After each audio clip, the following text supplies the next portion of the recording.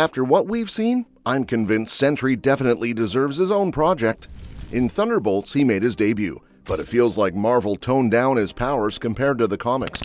There's one line in particular that hints at this. Louis Pullman's take on Bob plays a key role in the story, as the poor guy gets caught up in Valentina Allegra de Fontaine's plan to create her own version of the Avengers, all rolled into one. They also changed his origin a bit from the comics, making him come across as even more sympathetic and relatable. Thanks to some shady experiments by a secret group called OXE, Bob ends up becoming the movie's main villain, the Void, his darker side. That's the version we see casting a huge shadow over New York in the trailers. The stakes are high with the Thunderbolts stepping in to save the day, but it still feels like both Sentry and the Void got nerfed, especially when you look at that one line early in the film. In the comics, Sentry is one of the most powerful characters around. At full strength, his abilities are so massive that he can warp reality and even go toe-to-toe with Hulk.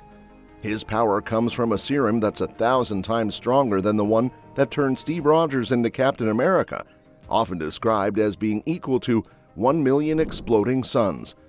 But in Thunderbolts, they say his power is on par with 1,000 exploding suns, just a tiny fraction of what he can really do in the comics. It's still insanely strong, and the way Sentry easily took on the Thunderbolts shows how powerful he is in the MCU. Still, when the Void started causing chaos in New York, it didn't feel as overwhelming as it does in the comics. Bob might seem too overpowered for the MCU, but there are a few comic book storylines that show he can work, starting with the Sentry. The Sentry first shows up in his own miniseries, where he's introduced as a middle-aged, overweight guy who, along with everyone else, has forgotten his past as the Sentry. After some typical comic book chaos, he remembers he's a hero with the power of 1 million exploding suns, thanks to a special serum, because of course it's Marvel. This miniseries not only serves as a solid intro to Sentry, but it also shows that despite his crazy powers, he's actually a pretty solid team player. He mentored the X-Men's Angel, worked alongside the Hulk, who by the way never really forgot about him, and hung out with the Fantastic Four. With the MCU's first family coming soon, the Sentry could be the perfect way to bring him into the fold. Imagine Louis Pullman teaming up with Ebon Moss-Bacharach's Ben Grimm. Now that would be fun. Another key storyline is New Avengers: The Sentry. In this series, the Sentry starts as a side character in the first 6 issues before becoming the focus in issues 7 through 10.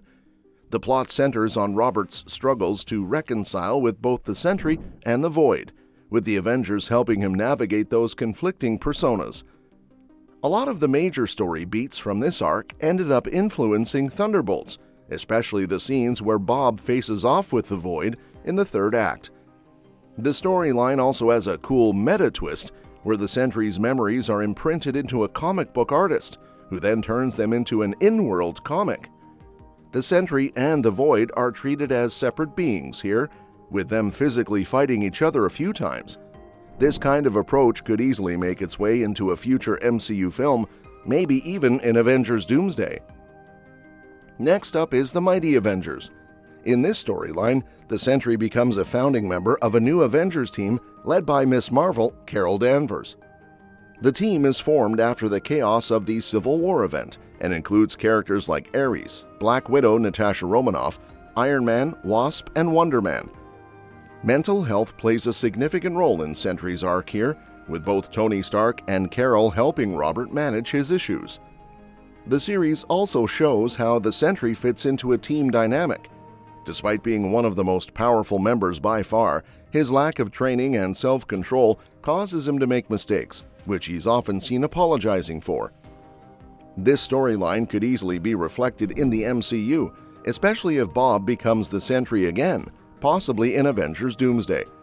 Just like in the comics, Bob's immense power is balanced by his inexperience and impulsiveness, which would help keep his character grounded within the MCU's more structured world. Next, we have The Age of the Sentry. This miniseries dives into Robert Reynolds' backstory, revealing how he became the Sentry. In the present, Robert is seriously injured, and several characters, including his wife Lindy Lee, travel back in time to witness his transformation into the Golden Hero. The MCU loves exploring a hero's past, often using flashbacks to tell their origin story without a full solo movie. The Age of the Sentry offers a great opportunity to showcase Sentry's origins, including his collaborations with both Earth-based and cosmic heroes like the Fantastic Four. The series also has a fun retro vibe, with one memorable scene where a music party turns into total chaos. While the MCU probably won't give us a solo Sentry movie or show anytime soon, if they ever did, the Age of the Sentry would be the perfect foundation for it. Coming up next is Dark Avengers. The Dark Avengers is probably the team most closely linked with the Sentry. His time with the team is chaotic. He dies at the hands of Morgan Le Fay, gets disintegrated by Molecule Man more than once, and struggles to control the Void, especially with Norman Osborn and Emma Frost messing with his already fragile mind. During his time with the Dark Avengers, the Sentry forms a close bond with Norman Osborn, whom he serves. Unfortunately, his control over the Void slips constantly, and he takes part in some terrible acts, including the destruction of Asgard. His journey with the team ends when Robert, realizing the damage he's caused, asks to be killed, and Thor honors that request by carrying his body into the sun. Of course, in true Marvel fashion, he eventually returns.